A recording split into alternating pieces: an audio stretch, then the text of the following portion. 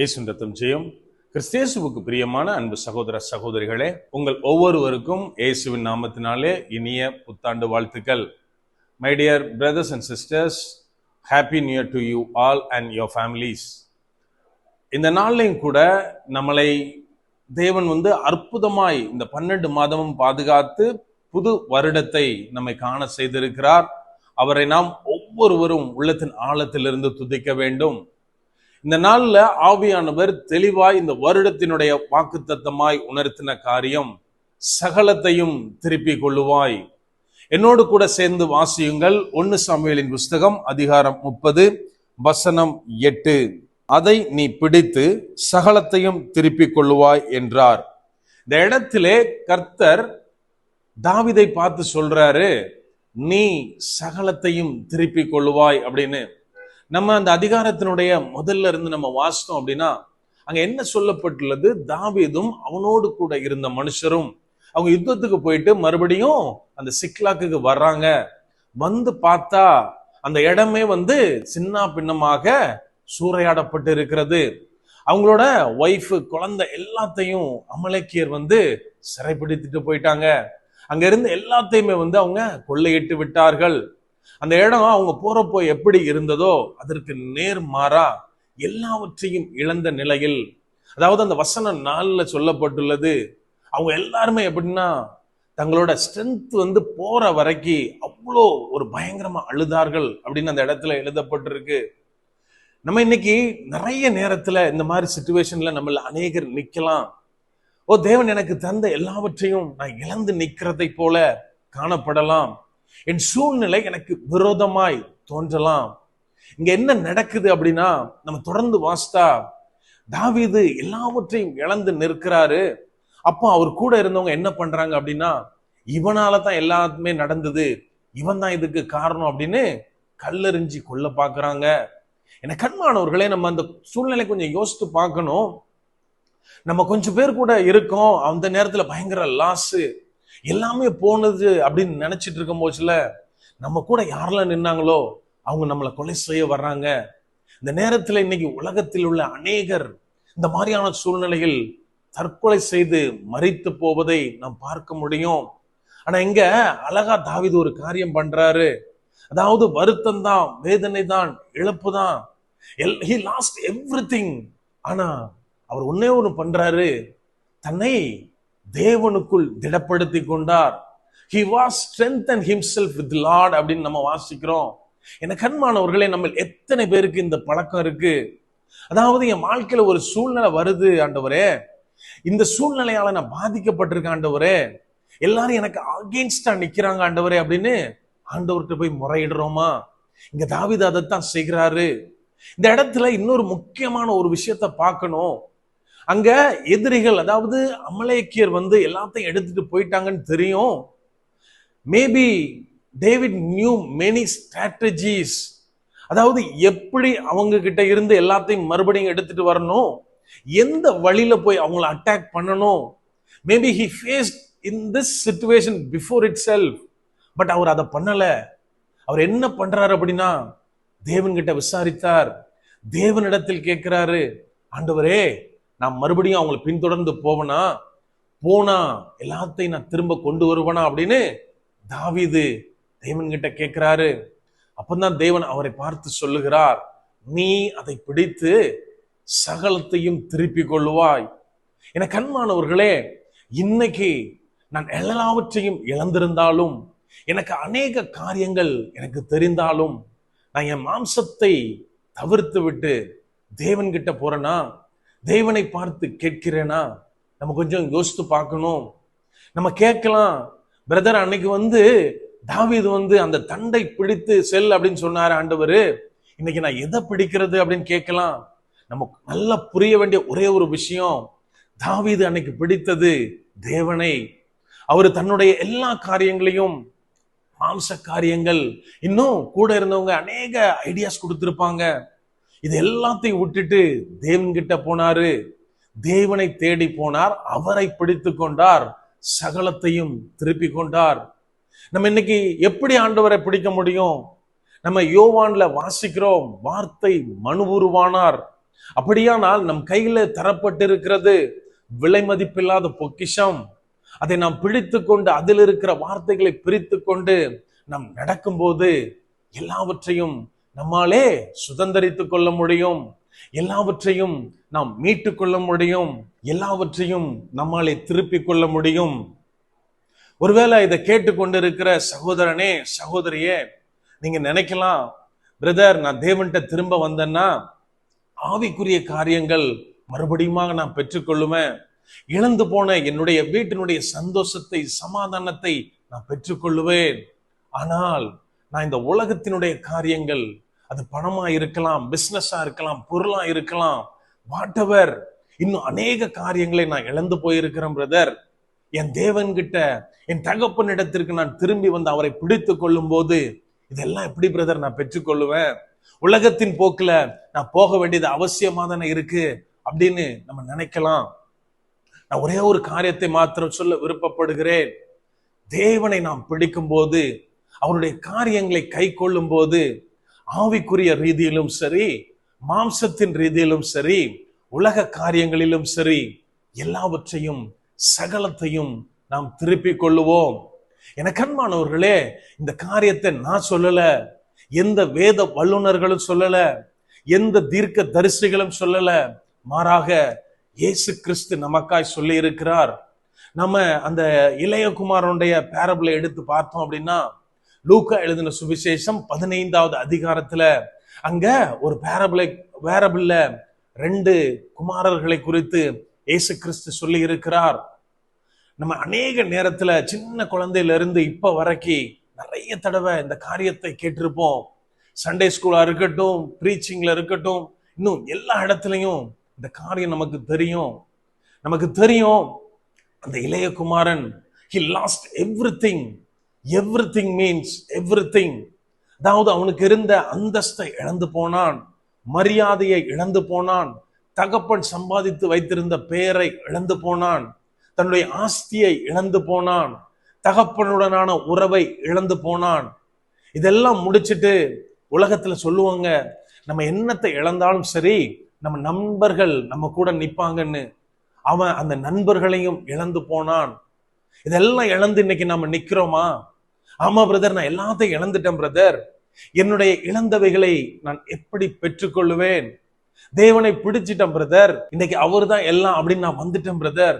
But how can I get everything அப்படின்னு நம்ம நினைக்கலாம். எனக்கு அன்பானவர்களே, அதை தொடர்ந்து நம்ம வாசித்தா அங்க ஒரு கட்டம் வருது, அங்க பன்னிகளுக்குள்ள சாப்பாடை கூட அவனுக்கு கொடுக்கறதுக்கு ஆள் இல்ல. இந்த நேரத்துல அவன் என்ன நினைக்கிறான் அப்படின்னா, he was thinking about his father. அதாவது என் தகப்பன் வீட்டுல எல்லாருக்கும் எல்லா தேவைகளும் சந்திக்கப்படுது, நான் அவ்வளவு மரியாதையா இருந்தனே, இன்னைக்கு நான் இந்த மாதிரி இருக்கேன்னு ஃபர்ஸ்ட் அவன் வந்து திங்க் பண்றான். ரெண்டாவது அவங்க அப்பாவை நோக்கி போறான். இன்னைக்கு பிரச்சனையே நமக்கு இந்த இடத்துல தான். அதாவது நம்மளுக்கு தெரியும், நான் இருக்கிற இடம் பிரச்சனையான இடம், நான் ஆரம்பித்த இடம் அப்படி கிடையாது. என் தகப்பன், என் தேவன் என்னை ஆசீர்வதித்து வைத்திருந்தார், என்னுடைய தேவைகள் யாவையும் சந்தித்தார், எனக்குள்ள காரியம் எல்லாவற்றையும் நிறைவாய் தந்தார். ஆனா நான் கொஞ்சம் கொஞ்சமா விலகி வந்துட்டேன் பிரதர். இன்னைக்கு நான் இருக்க இடத்துல எதுவுமே இல்ல, எதுவுமே கிடைக்கல. என்னை தேடுவார் கிடையாது, நேசிப்பார் கிடையாது, கூட இருந்தவங்க எல்லாம் விட்டுட்டு போயிட்டாங்க. இந்த மாதிரியான சூழ்நிலை எனக்கு தெரியும். நான் போனா எல்லாம் சரியாயிரும் தெரியும், ஆனாலும் போக முடியல. எனக்கு அன்பானவர்களே, நம்ம தொடர்ந்து வாசித்தா அவன் போறத பார்த்த உடனே அவங்க அப்பா ஓடி வந்தாரு, அவனை அணைச்சி கொண்டாரு அப்படின்னு அந்த இடத்துல எழுதப்பட்டுள்ளது. இயேசு கிறிஸ்து தெளிவாக சொல்லுகிறார், நீ வர்றத தேவனாகிய கர்த்தர் உன்னுடைய தகப்பன் எதிர்நோக்கி காத்திருக்கிறார். He was waiting for you and me. எப்ப என் மகன் வருவான், எப்ப என் பிள்ளை என்னை தேடி வருவார்னு அவர் வெயிட் பண்ணிட்டே இருக்காரு. எனக்கு அன்பானவர்களே, போறதுக்கு நம்ம ரெடியா இருக்கோமா? நம்ம நினைக்கலாம் அவன் எல்லாத்தையும் இழந்து போனான் அப்படின்னு. கிடையவே கிடையாது. அவன் எல்லாத்தையும் மறுபடியும் பெற்றுக்கொண்டான். எப்ப தெரியுமா? ஒரே ஒரு சின்ன மொமெண்ட் தான். அவங்க அப்பாவுடைய கையை எப்ப பிடிச்சானோ, அவன் எப்ப அவங்க அப்பாவால அணைக்கப்பட்டானோ, இம்மிடியேட்டா அங்க சீனே மாறுது. அவர் சொல்றாரு, என் பையனுக்கு ஆடம்பரமான வஸ்திரங்களை, தரமான வஸ்திரங்களை உடுத்துங்கள், மோதிரத்தை அணிவியுங்கள், காலணிகள் அவனுக்கு கொடுங்க அப்படின்றாரு. ஒரு பெரிய ஃபீஸ்ட் அங்க ரெடி ஆகுது. நம்ம கொஞ்சம் யோசித்து பார்க்கணும்.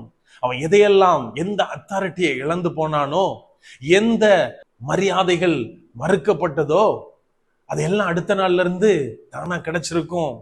இன்னைக்கு மத்தியானம் வரைக்கும் பண்ணி சாப்பிடுற சாப்பாடு கூட அவனுக்கு கொடுக்கறதுக்கு ஆள் கிடையாது. இப்ப அவனுக்காக அவங்க அப்பாவை எப்ப வந்து சேர்ந்தானோ அவன் நிமித்தமாய் அந்த ஊருக்கே ஒரு பெரிய விருந்து ரெடி ஆகுது. கண்மானவர்களே, நம்ம செய்ய வேண்டிய ஒரே ஒரு காரியம், தகப்பனிடம் திரும்ப சேர வேண்டும். அதாவது இன்னைக்கு என்ன பிரச்சனை அப்படின்னா, நம்ம கொஞ்சம் யோசித்து பார்க்கணும்.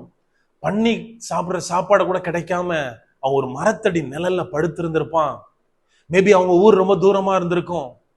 நான் நடந்து போற வழியில விழுந்துருவேன் அப்படின்னு நினைச்சு அவன் அங்கேயே இருந்திருந்தான்னா அந்த நிழல் கொஞ்சம் இளைப்பாறுதலை கொடுக்கும். ஆனால் அவன் இழந்த எதையுமே கொடுத்திருக்காது. இதைத்தான், இந்த ஒரு டெம்பரவரியான நிழல்ல தான் இன்னைக்கு அநேகர் இருக்கிறோம். எங்க அப்பா விட்டுட்டு ரொம்ப தூரம் வந்துட்டேன், எல்லாத்தையும் இழந்துட்டேன் பிரதர், மறுபடியும் நான் போய் சேருவேனான்னு எனக்கு டவுட்டா இருக்கு, என்னால நடக்க முடியாது, என் பலன் எல்லாம் அற்று போயின அப்படின்னு சொல்லுகிறோமா? கண்மானவர்களே, நம்ம எப்போ அந்த இடத்தை விட்டு எந்திரிக்கிறோமோ தேவன் பலப்படுத்துவார். தள்ளாடுகிற கால்களை பலப்படுத்துகிற தேவன் நம்முடைய தேவன். அவரைத்தான் நான் தகப்பனாக கொண்டிருக்கிறோம்.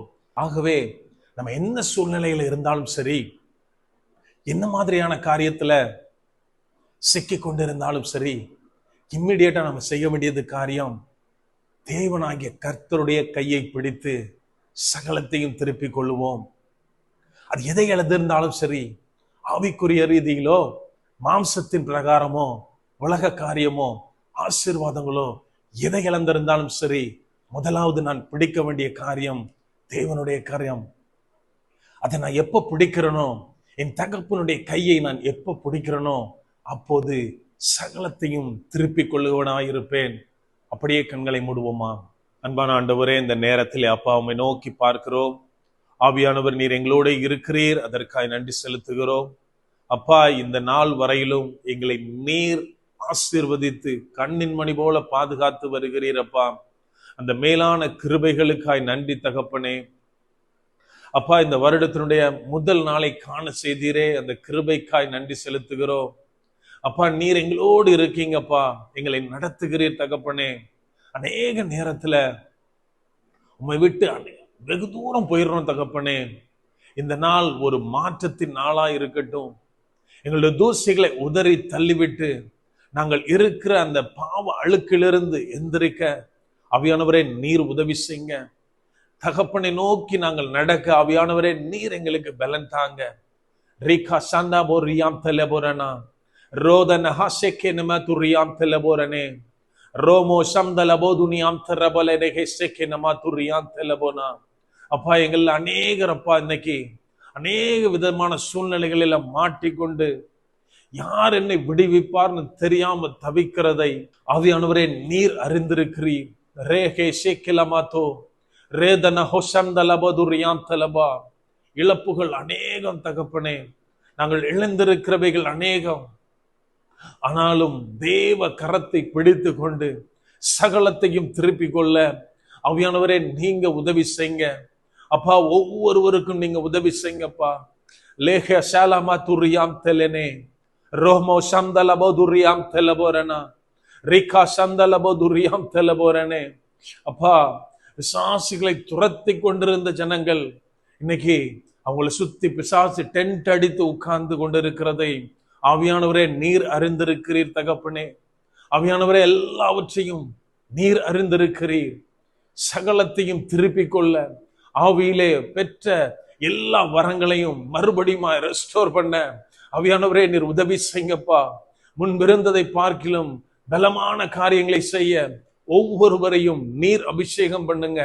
அபிஷேகம் பண்ணுவீராக ஆவியானவரே, உமது பலத்தினால நீர் நிரப்புவீராக. ரோஹோ ஷேக்கே நமா துரியாம் தெலனே ராந்தன ஹாஷேக்கே லமா துரியாம் தெலபோ.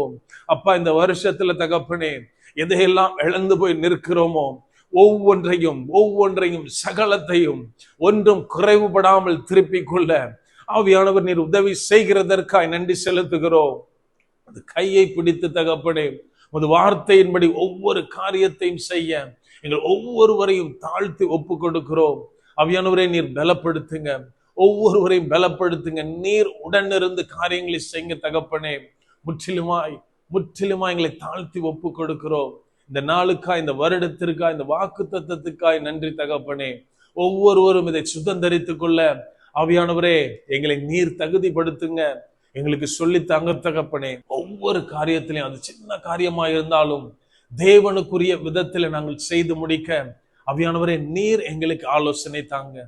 முற்றிலுமாய் எங்களை தாழ்த்தி ஒப்பு கொடுக்கிறோம். பலப்படுத்தி ஆசீர்வதிங்க. மீட்பர் இயேசுவின் மூலம் ஜெபிக்கிறோம். ஜெபம் கேளும் எங்கள் நல்ல பிதாவே. ஆமென். God bless.